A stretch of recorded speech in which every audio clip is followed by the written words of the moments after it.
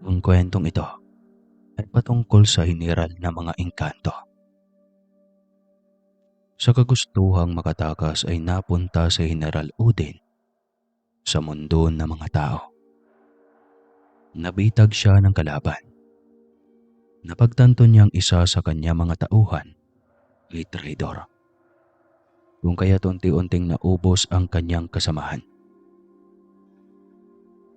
Napagplanuhan na ng kanilang kalaban ang lahat. E wala silang kalaban-laban. Siya ang gustong bihagin ng kabilang kaharian. Kaya na makakita siya ng portal, ay agad siyang lumapit roon para makatakas sa mga kalaban.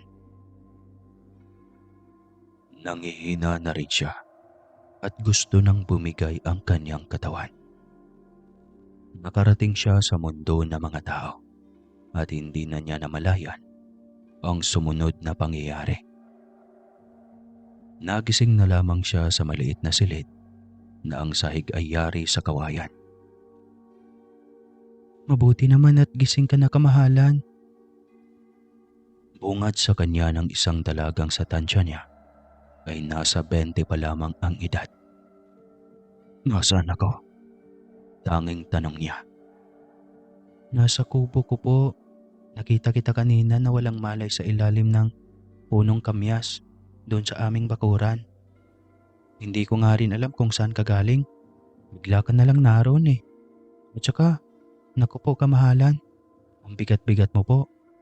Ang tagal ng hila ko sa iyo bago kita naipasok sa kubo ko. Natulala si General Odin. Napabalik tanaw siya bigla. Naalala niya ang nangyari sa kanilang kaharian. Ang sinapit ng kanyang mga kawawang tauhan. Naalala niyang sa isang lagusan siya pumasok, kaya wala siya sa mundo ng mga engkanto. Alam niyang nasa mundo siya ng mga tao. Ako si General Hodin. Salamat sa pagsagip mo sa akin. Pwede ko bang malaman ang iyong pangalan?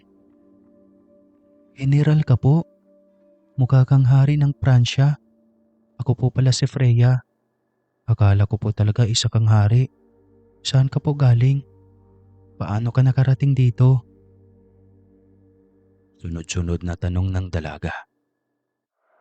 Ang tinutukoy nito, ang damit ng general, nakatulad sa magagarbong damit ng hari sa ibang bansa.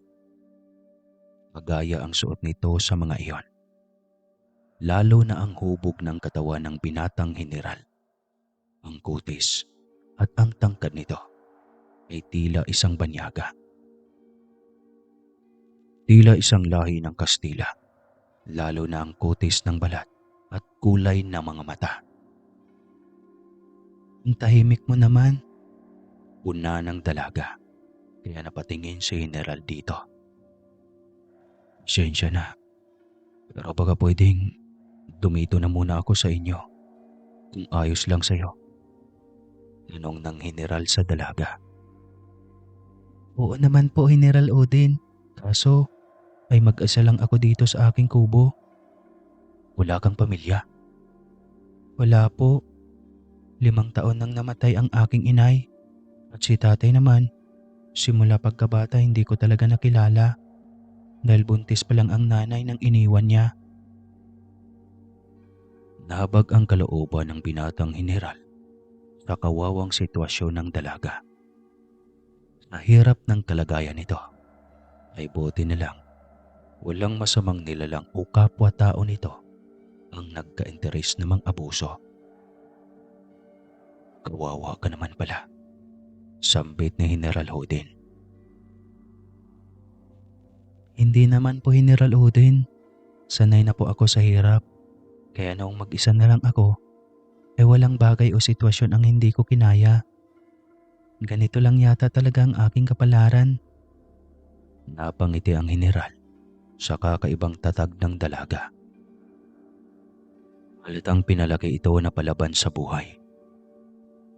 O nasanay na lang din dahil simula pagkabata ay sobrang hirap na ng sitwasyon ito. Oo nga pala, Preya. Malayo bang lungsod dito? Tanong niya. Ay oo, General.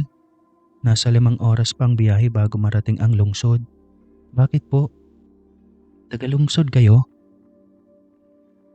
Paano kayo napunta sa puno ng kamyas? Tanging ngiti lang ang sagot niya rito. Hindi naman niya pwedeng sabihin na isa siyang engkanto. Hindi rin siya sigurado kung pamilyar ito sa katulad niyang taga-kabilang mundo. Pwede pa tayong gumayak. Maaga pa naman.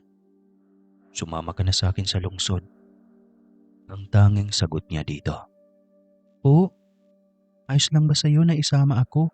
Kaso ay, baka mahina ka pa eh. Huwag mo kong alalahanin, Freya. Kayang-kaya ko. Tsaka kahirap ng sitwasyon mo dito. Kaya hindi kita pwedeng iwanang mag-isa dito. Sagot niya. Pumayag itong humayo patungong lungsod. Ngunit hindi niya sinabi dito ang kanyang balak na doon na manirahan kasama ito. Tsaka na niya sasabihin kapag nakarating na sila roon. Isa ring dahilan kung bakit nila iiwanan na ang liblib na nayong iyon ay dahil posible siyang matuntun agad na mga kalaban o na mga tauhan ng hari. Hindi pa siya pwedeng lumantad. Wala pa siyang sapat na lakas. Hindi pa siya pwedeng bumalik sa kanilang kaharian. Naliyak siyang maraming kalaban ang nagbabantay sa kanya at lalong naghihintay ang hari para siya ay parusahan. Traidor ang isa sa kanyang kasamahan. Gusto nitong maagaw sa kanyang pwesto bilang isang hiniral. Kaya sa halip na harapin ang mga parusa, ay pipilitin na lamang niya ang manirahan sa mundo ng mga tao. Saka na siya babalik kapag may malakas na loob na siyang harapin ang parusang ipapataw sa kanya. Kailangan niyang lumayo sa nayong iyon upang hindi agad siya mahanap ng kanyang kauri. Baka masundan siya ng mga ito sa portal na kanyang dinaanan kanina. Kaya kailangan niyang dumistansya o magpakalayo-layo sa lugar na iyon.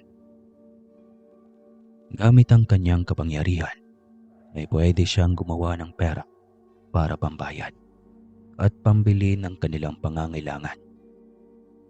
Kaya hindi problema ang pera at mga kakailanganin nila para mabuhay.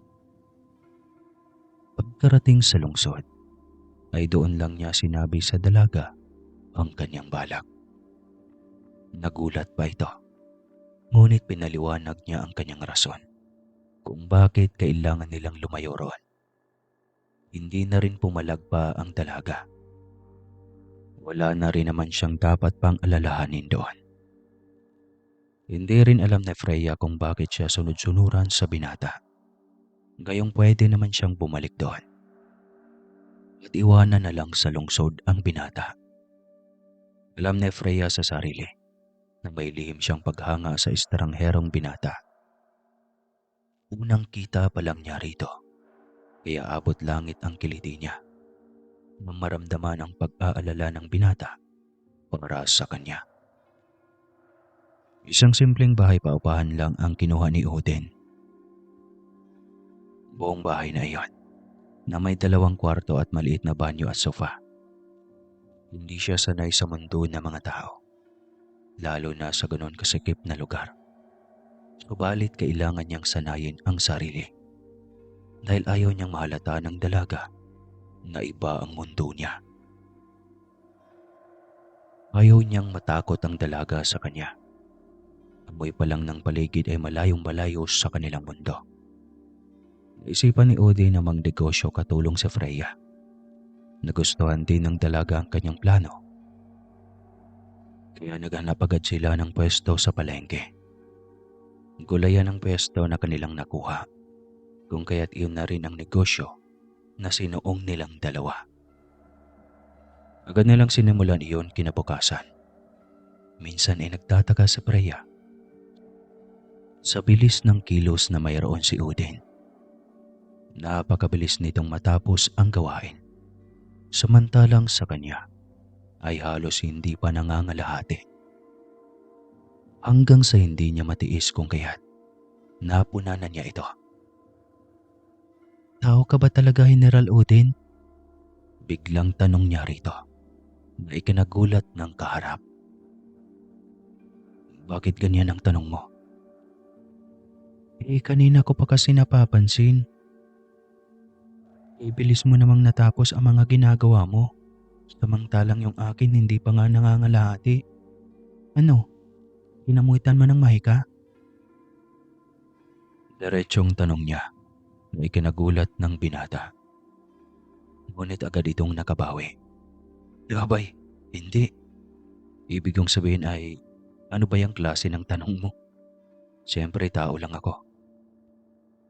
Talagang ganito ako kabilis. Kasi bukod sa lalaki ako, ay meron din akong karanasan sa mga ganitong bagay. Malusot ni Odin. Napaniwala naman niya ang dalaga. Ang pagtitinda ng gulay ang kanilang hanap buhay. At sa hindi inaasahang sitwasyon, ay unti-unting nahulog ang loob ni Odin sa dalaga. Pilit niyang ikinoble ang damdaming iyon dahil ayaw niyang masaktan at ayaw rin niyang makasakit. Hindi niya winawaglit ang posibilidad na pagdating ng araw ay babalik siya sa kanyang tunay na mundo at magkahiwalay sila ng dalaga. Ngunit iisipin pa lang niya na mawawala sa kanyang landas ang nasabing dalaga ay nasasaktan na siya. Tila ayaw na niyang mawala ito sa kanyang tabi. Odin, kanino ka pa napansin ang pagiging tahimik mo? Ayos ka lang ba? Buntag na tanong ni Freya sa kanya na siyang ikinagulat niya. Hindi kita napansin na. Ay, kamunti ka pang humiwalay ang kaluluwa ko sa ginawa mo. Natatawang wika niya. Paano kasi ang lalim ng iniisip mo? Ayos ka lang ba? May problema ka yata. Ano ba yan? Wala ito, Freya. Naisip ko lang ang pamilya ko. Sagot niya. Iyon ang biglang sumagi sa kanyang isipan. Kaya iyon na rin ang lumabas sa kanyang bibig. Pamilya? Tulad ng mga anak at asawa? Gulat na tanong ni Freya. Asawa at anak agad. Hindi pwedeng mga kapatid at magulang muna. Binata ako, sabi ko. Ano ka ba? Reklamo niya. Wala lang naman. Mabuti ng malinaw. Napangiti si Odin sa naging reaksyon nito. Ramdam ni Odin na may lihim na pagtingin din ang dalaga sa kanya. Ngunit naduduwag siyang magtapat dito. Dahil ayaw niyang pagdating ng araw, ay masasaktan niya ito ng sobra. Ay nako, halika na nga Odin. Kanina pa naghihintay ang inihanda kong merienda. Hayaan mo muna, balang araw. Magkikita rin kayo ng pamilya mo. Huwag ka lang panghinaan ng loob. Ako nga nabuhay ng walang pamilya. Matagal na panahon. Mabuti ka pa nga may babalikan pang pamilya pagdating ng araw. Malungkot na wika ng dalaga. Nakaramdam ng awa si Odin dito. Nagsisisi tuloy siya kung bakit pamilya ang naging dahilan niya. Nakaramdam din tuloy ng pangungulila si Freya sa mga lumisan nitong pamilya. Isipan niyang ipasyal muna ang dalaga. Total ay araw ng Linggo at Sabado ang kanilang pwesto. Iyon kasi ang araw ng kanilang pahinga. Kung tutuusin ay hindi naman siya nakaramdam ng pagod dahil isa siyang immortal. Kagaya ng mga marites niyong kapitbahay, mga immortal, di joke lang. Ang iniisip niya lagi ay si Freya, lalo na at napakasipag nitong mag-asikaso ng kanilang negosyo. Marami ang nag-aakalang magkarelasyon sila. Ngunit hindi na mga ito alam kung paano siya napunta sa mundo ng mga tao at kung paano sila nagkakilala ni Freya. Aliw na aliw si Freya sa kanilang ginawang pag-iikot sa isang malaking mall. Marami na rin siyang naibiling mga personal na gamit para sa dalaga. At sobrang tuwa nito dahil unang beses iyon na tila na-spoil ng dalaga ang sarili. Sobrang tuwa din ni Odin nang makita kung gaano niya ito napasaya. Hindi sukat akalain ng heneral na mapipilitan siyang aminin ang tunay niyang naramdaman para sa dalaga dahil sa pagdating ni Brendo sa buhay ni Freya. Mayamang suki nila ito sa kanilang gulayan. Noong una ay ayos lang kay Odin ang pakikipaglapit ni Brendo kay Freya. Para sa kanya ay natural lamang iyon dahil suki nila ito. Ngunit nang malamang nanliligaw na ito kay Freya, ay nag-iba ang kanyang emosyon. Nagagalit siya tuwing naroon ang binata sa kanilang tindahan. Gulay lang ba talagang sadya mo dito o mismong si Freya? Masungit na tanong ni Odin sa binata nang hindi na siya makapagtimpi pa dahil sa kakaibang tingin nito kay Freya. Iyon din sana ang sasabihin ko sa iyo, tol. Alam ko naman na magkasosyo lang kayo sa negosyo. Ayon na rin kay Freya. Yan naisip kong magpaalam na sa iyo. Prangkang wika ni Brendo. Paalam? Para saan? Para sana manligaw ako sa kanya bilang respeto na rin sa iyo. Wika pa nito. Biglang nagdilim ang anyo ni Odin. Kamuntik pa siyang mawala sa kanyang sarili. Mabuti na lamang ay napigilan niya. Dahil kung hindi, ay makikita ni Freya at Brendo ang pag-iba niya ng anyo. At kung gaano nakakatakot ang kanyang totoong katauhan. Ayos ka lang ba, tol? Tanong ni Brendo. Umalis ka na. Madiin niyang wika. Napakunot ang noo nito at maging si Freya ay nagtaka. Naririnig mo ba ang sinabi ko? Umalis ka na. Walang pwedeng manligaw kay Freya dahil akin siya. Ako ang kanyang nobyo at maging asawa sa mga susunod na araw. May diin ulit niyang sabi. Nagulat si Freya sa naging reaksyon niyang iyon. Nais pa sanang sumagot ni Brendo, ngunit biglang tumitig si Odin dito ng sobrang sama. Biglang natakot si Brendo kaya nagmadali itong umalis. Doon lang din nagsalita si Freya na tila ba nayayamot sa ginawa ng binata. Bakit mo ginawa iyon sa manliligaw ko, Odin? Halos maiyak niyang tanong dito. Hindi ka pwedeng magpaligaw. Narinig mo naman, di ba? Makin ka lang. Ako lang ang may karapatan na ligawan ka. Talaga? Gagawin mo yan? Mukhang wala ka namang balak eh. Huwag mo na akong paasahin pa, Odin. Hindi kita pinapaasa. Mahal kita at ayaw kong mapunta ka sa ibang lalaki. Akin ka lang, Freya. Narinig mo ba? Biglang natigilan at naluha ang dalaga. Matagal niyang hinintay ang pagkakataong iyan. Sabi ng binata ang kanyang halaga para dito. Dahil matagal na niya itong gusto, ngunit tila manhid naman ito sa kanya. Yun pala ay nagpipigil lang din ito. Bakit ayaw mo ngayong magsalita? Magtitigan na lang ba tayo dito maghapon?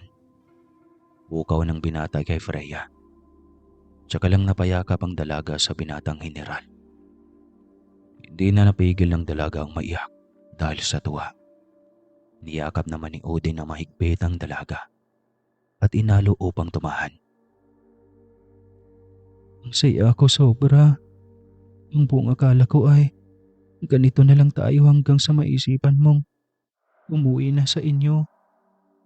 Akala ko wala na talaga sa iyo itong beauty ko. Alam mo lang ang lahat ng pagtitimpi ko, Freya. Talaga? E di sana pala mas nilandian ko pa. Busangot ng dalaga. Napatawa na lamang si Odin ng tila lumalabas ng kakaibang kapilyahan ng dalaga. Hindi ka naman ganyan dati ha. Yan na ba ang impluensya ng lungsod? Nawawala na ang pagiging dalagang Pilipina mo ha. Biro ni Odin. Hindi naman. Sa'yo ko lang naman ginawa to. At saka matagal na tayong magkasama sa isang bahay. Kaya syempre, Kilala mo na ako at kilala na rin kita. Depensa ng dalaga. Natahimik ang mineral. Hindi alam ni Freya na marami pa siyang hindi alam tungkol sa katauhan ng binata. At iyon yata ang kinakatakot ni Odin. Sakaling mabisto ng dalaga ang kanyang katauhan, na baka ikatakot nito kung malamang isa pala siyang engkanto. Naging magkasintahan sila at kita ni Odin kung gaano kasaya ang dalaga. At doble ang kanyang naramdamang saya kaysa dito. Buong buhay niya ay hindi pumasok sa kanyang isipan na makipagrelasyon sa isang tao. Lalo na at buong buhay niya ay iginugol lamang niya sa pagiging sundalo ng kanilang kaharian. Hindi nga niya pinangarap na manirahan sa mundo ng mga tao. Ngunit dahil sa pagiging traidor ng isa niyang kasamahan, ay napunta siya nang wala sa oras sa mundo ng mga ito. At dahil kay Freya ay nawala na siya ng balak na bumalik sa kanilang kaharian. Mas gusto niyang manirahan na ng permanente sa mundo ng mga tao, kapiling ang dalaga. Ngunit kung kailan namang balak na sana niyang pakasalan na sa West ang dalaga, ay siya namang pagparamdam ng mga katulad niya. General Hoden, ikaw nga yan. Pinaghahanap ka na ng mahal na hari. Galit na galit siya sa iyo dahil tinatakasan mo ang iyong responsibilidad. Wika nito. Hindi totoo yan. Traitor ang isa sa ating kasamahan. At ipinagkanulo niya ako sa kalaban. Marami sa mga kasamahan ko ang nasawi dahil sa ginawang bitag ng traitor na si Hakim. Kwento niya rito. Si Hakim ang kanyang kanang kamay bilang general ng palasyo. Ngunit hindi akalain ni Udin, balak pala nitong sirain ang kanyang pangalan at reputasyon. Pasensya na, General. Subalit kailangan mong managot sa maraming nawalang buhay ng ating kauri. Kailangan ka naming dalhin pabalik sa ating mundo. Hindi. Pabayaan niyo na ako dito. Ayaw ko nang umalis pa dito. Nagbasya na akong dito na manirahan habang buhay. Hindi maaari. Kailangan mong magbayad sa mga kasalanan mong Odin. Sabat ng isang pamilyar na boses mula sa kanyang likuran. Biglang nagpantig ang kanyang tenga habang kuyom ang dalawang kamay. Ito lang naman si Hakim, ang traidor na kanang kamay niya na naglagay sa kanya sa alanganin sa kanyang buhay at sa kanilang mga kasamahan. Nilingon niya ito at walang alinlangang dilapitan para sakalin. Ngunit napatalsik siya, nabangga sa dingding nang bigla siya nitong kinamitan ng kapangyarihan. Nagulat siya dahil sa katumbas na niya ang kapangyarihan na taglay nito. Napalakhak pa ito nang makita ang kanyang naging reaksyon. Di mo inaasahan ano? Ngayon, alam mo nang ako na ang ipinagpalit na general dahil isa kang pulpol. Sigaw nito. Ulang hiya ka, Hakim. Traitor ka. Sana nung umpisa pa lang, sinabi mo nang gusto mo ang posisyon na yan. Hindi ko naman ipagdadamot. Masyado ka ng maraming sinabi. Wala, kapusin nyo na para mabuksan na ang lagusan. Kailangan natin siyang iharap sa hari. Hindi ako sasama sa inyo. Hayaan niyo na ako rito. Umalis na kayo. Sigaw niya bigla. Biglang bumukas ang pintuan, kaya nagulat silang lahat. Ngunit mas nagulat si Freya nang makita ang mga ito. Nakakaiba ang pananamit habang hawak ang kani-kanilang sandata.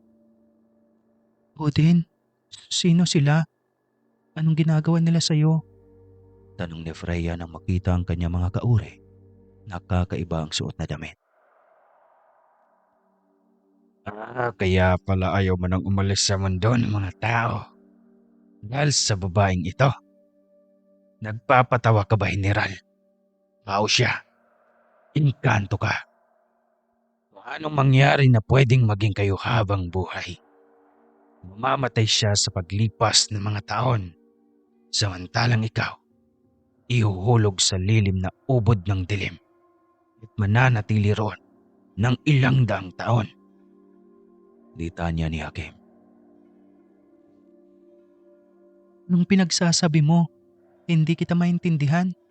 Odin, saan ba sila galing? Anong engkanto?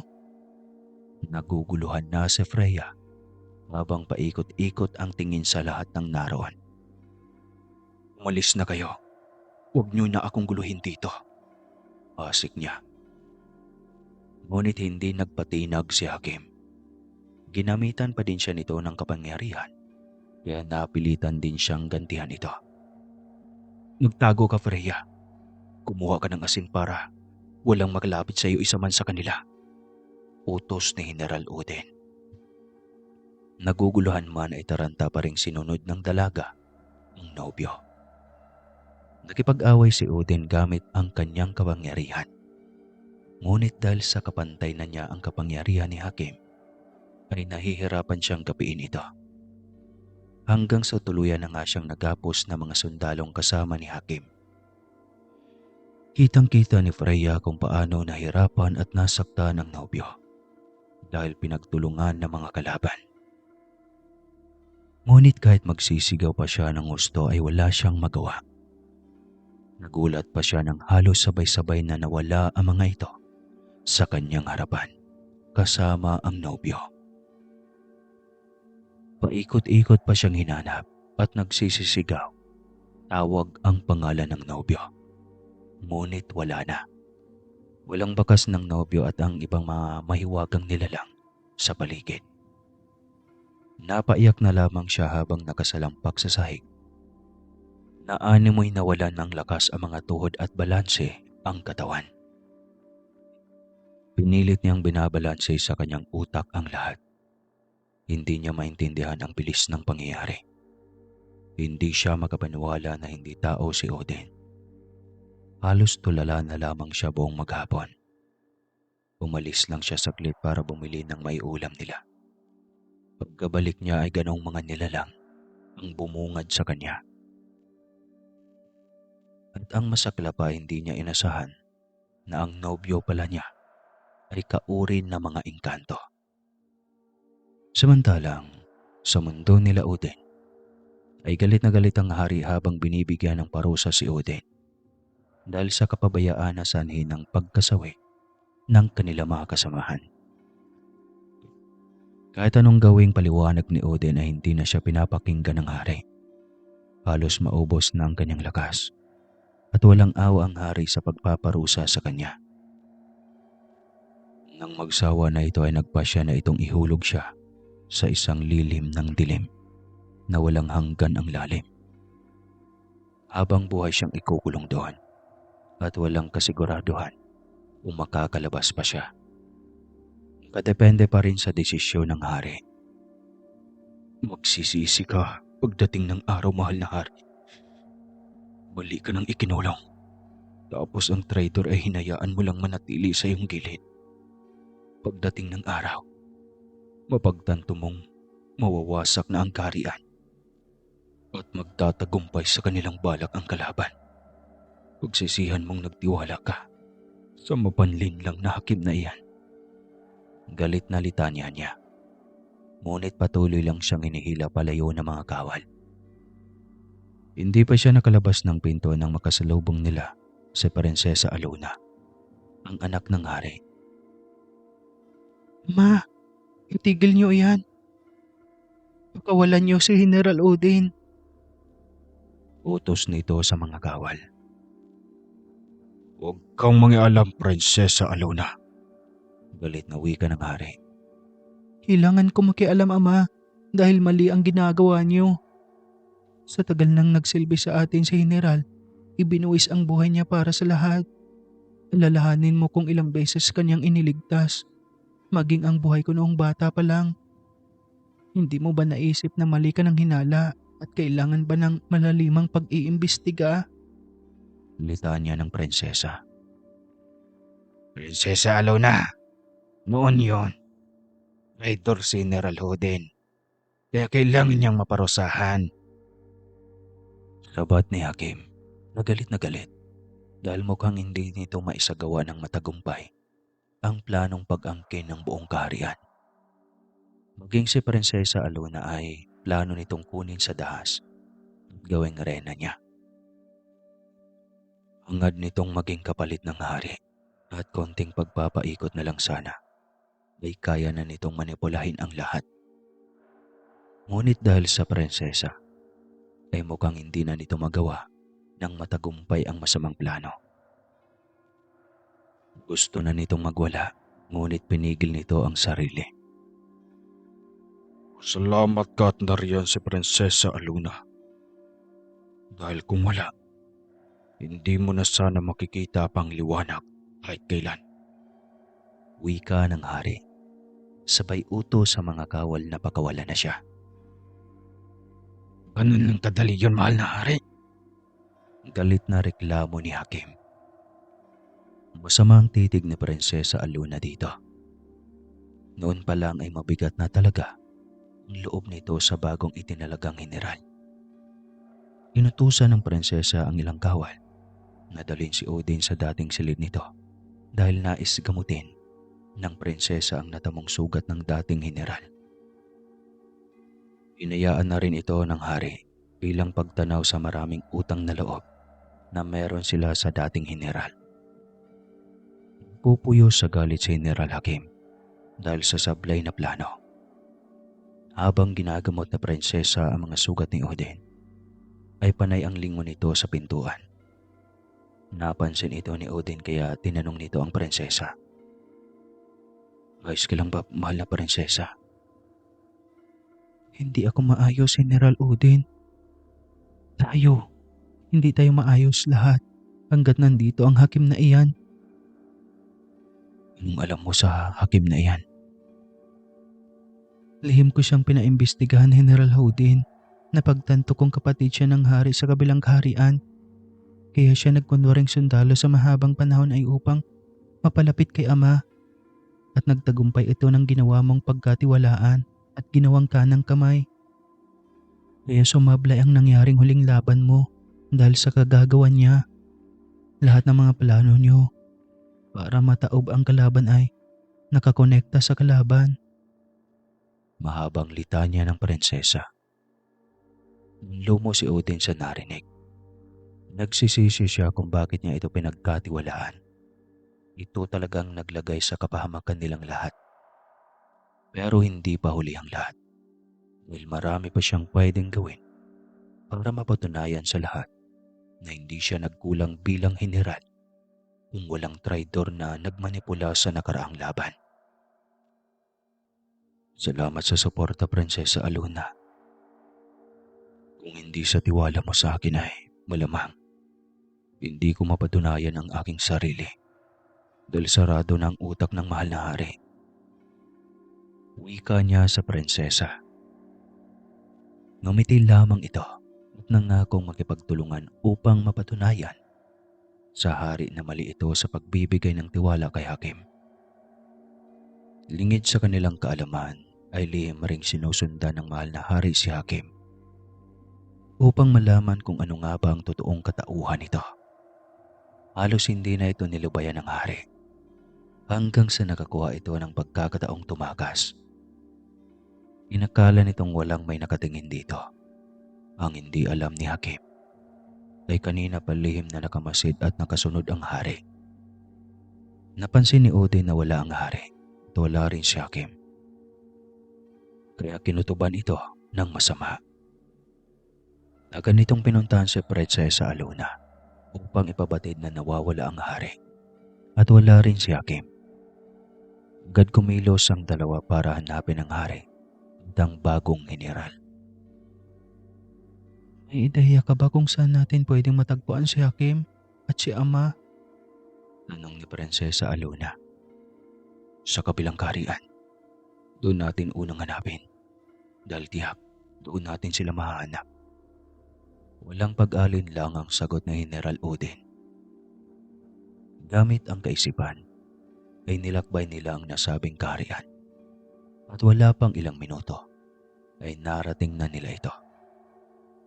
Hindi sila nagkamali dahil naroon ang mga ito at sakto sa kanilang pagdating ang gagawing pagpaslang sana ng mga kalaban sa ama ni Prinsesa Aluna. Maliksi at mabilis ang kilos ni Odin kung kaya't naharang niya ang kapangyarihan ng kalaban gamit ang kanyang kapangyarihang taglay.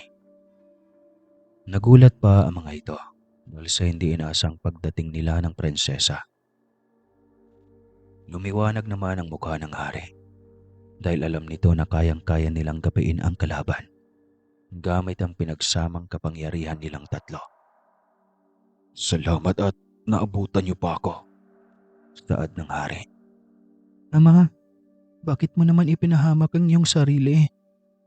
Tanong ng prinsesa. Gusto ko lang sanang kumpirmahin ang hinala ko. Hindi ko naman nakalaing bitag na pala ito, sagot ng hari. Umalakhak si Hakim at sinabing hangal ang hari dahil mabilis nitong nauto ito. Galit na galit ang prinsesa dahil sa pang-iinsultong iyon ni Hakim. Hindi na nito napigil ang sarili at naibato na nito kay Hakim ang bagsik ng kapangyarihan na taglay nito. Tumilapon ito sa dingding ng palasyo kung kaya't galit na galit ang traitor na hari at gumamit na rin ito ng taglay na kapangyarihan na mabilis namang naharang ni Haring Amador. Sinamahan na rin ang prinsesa ng kanyang kapangyarihan kaya tumilapon din ang haring kalaban dahilan ng pagkagalit pa nito ng sobra. Hindi nagpatinag ang mag-ama. Mas lalong pinalakas pa ang kapangyarihan at sabay na ibinato sa haring kalaban at sa kapatid nitong si Hakim. Sa huli ay bumagsak ang mga kalaban, kaya kanya-kanyang takas ang mga tauhan ng haring kalaban. Humingi ng depensa ang hari kay General Odin. Muntik na silang malinlang ng kalaban. Mabuti na lang at napigil ang prinsesa ang kanyang amang hari na huwag ikulong si General Odin. Nangako ang hari na babawi sa general at anuman ang hihilingin nito ay ibibigay ng hari. Totoo, kahit ano mahal na hari. Oo, General, kahit ano. Mahal na hari. Gusto ko na sanang manirahan sa mundo ng mga tao. May isang dilag na nais kong makasama habang buhay. At ramdam kong siya ang bubuo ng buhay ko. Mabibigyan mo ba ako ng basbas kamahalan? Tanong ng general sa hari. Pero alam mong mahal ka ng anak kong prinsesa. Pagtatapat ng hari. Hindi umimik ang general. Nalata niya iyon noon pa man. Ngunit pilit siyang dumistansya sa prinsesa dahil isa lamang siyang sundalo ng hari. Hindi niya akalaing ganito kabait sa kanya ito. Papayagan lamang nitong magkaroon ng relasyon ang anak nitong prinsesa sa katulad niya. Iyon nga lang at hindi niya iyon magawa, lalo at naiwan ang kanyang puso sa mundo ng mga tao. Natutunan ninyang mahalin sa Freya at ito lang ang babaeng nais niyang makasama. Nabasa ng hari ang laman ng kanyang utak at bilang isang magaling na general, binibigyan pa rin siya nito ng basbas. Kahit masakit bilang ama na mabigo sa pag-ibig ang kaisa-isang prinsesa na anak nito, maging ang prinsesa ay nauunawaan naman ang nararamdaman niya bilang kaawari nito. Binigyan din siya nito ng basbas bago tuluyang nagpaalam para lisanin ang mundo ng mga engkanto. Alam ko na magiging masaya ka sa taong nais mong makasama habang buhay. Paalam, General Odin. Kung sakaling gusto mong mamasyal dito sa ating mundo, bukas ang lagusan para sa iyo at sa kung sino mang nais mong dalhin dito. Sobrang nagpapasalamat sa General Odin dahil sa kabutihan ng mag-ama. Ang mga ito pa mismong naghatid sa kanya sa portal.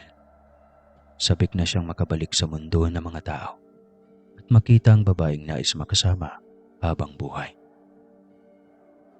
Pagkarating sa mundo ng mga tao, nadatnan niya sa Freya na tulala at nakatingin sa malayo habang nakaharap sa bintana. Agad niya itong nilapitan at tinawag. Odin, ikaw na ba talaga iyan? Gulat na tanong ng dalaga. Tumayo siya kaya patakbo itong lumapit. Yumakap sa kanya ng mahigpit. Napahagulgol ito ng iyak kaya todo patahan naman siya dito. Akala ko kasi tuluyan mo na akong iiwan. Sambit nito habang humihikbi. Bakit? Ayaw mo ba ako mawala sa tabi mo? Tanong niya. Umango ito na tila nahihiya. Talaga, ano kung sasabihin ko sa iyong isa akong engkanto? Ngumiti lang ng tipid sa Freya habang nakatingala sa kanya. Kahit anong nilalang ka pa, dahil minahal na kita, Odin. Tanggap ko anuman ang katauhan mo. Maging sino ka man. Napangiti siya at halos mapatalon sa tuwa dahil sa narinig. Niyapos niya ng sobrang higpit ang dalaga. Mahal na mahal kita, Freya. Ikaw lang ang babaeng gusto kong makasama habang buhay. Wika niya. Naging masaya ang kanilang pagsasama. Hindi naging hadlang kung ano paman ang kanilang pinagmulan. Ang mahalaga sa kanila ay ang pagmamahal nila sa isa't isa. Nang magkaanak sila sa kanilang panganay, ay ang hari agad ang naging ninong nito. Marangyang pamumuhay ang kanilang tinatamasa dahil iyon sa mga regalong ginto na bigay ng hari sa kanila. Sobrang nagpapasalamat sa Freya sa karangyaan ng buhay na ibinigay sa kanya ni General Odin. Hindi niya naranasan iyon simula pagkabata. Subalit nang magsama sila ni Odin, lahat ng bagay na noon ay pangarap lang niya ay abot kamay na niya. Sobra-sobra pa. At madalas pa siyang pinapasyal ni Odin kung saan-saan. Narating na nila ang lahat ng bansa at halos lahat ng mga magagandang tanawin sa mundo ay napuntahan na niya. Marami pa silang bubuing alaala na magkasama. At lahat ng alaala na iyon ay babaonin ni Freya hanggang sa huling hininga niya. Alam niyang isang immortal si Odin. Sasabayan man siya nito sa pagtanda pagdating ng araw, ay ibabaon siya sa lupa. Samantalang si Odin ay mananatiling matikas dahil isa itong immortal. Naghanda siya sa ganong bagay. Alam niya ang limitasyon niya sa mundo. Ang mahalaga naman ay binigyan siya ng Panginoon ng pagkakataong maging masaya sa piling ng minamahal niya. Ang pagmamahala nila ay nagbunga ng isang babaeng anak. Isang kalahati ng dugo ay tao at kalahati ay sa engkanto. Ganun pa man ay isang normal na tao ang anyo nito. Ngunit pagdating ng araw ay kagaya ni General Odin ay sa mundo ng mga engkanto ang destinasyon nito. Hindi man alam ni Freya ang magiging papel ng anak sa mundo ng mga engkanto. Sigurado naman siyang gagabayan ito ng amang general at alalayan sa lahat ng bagay. Wakas.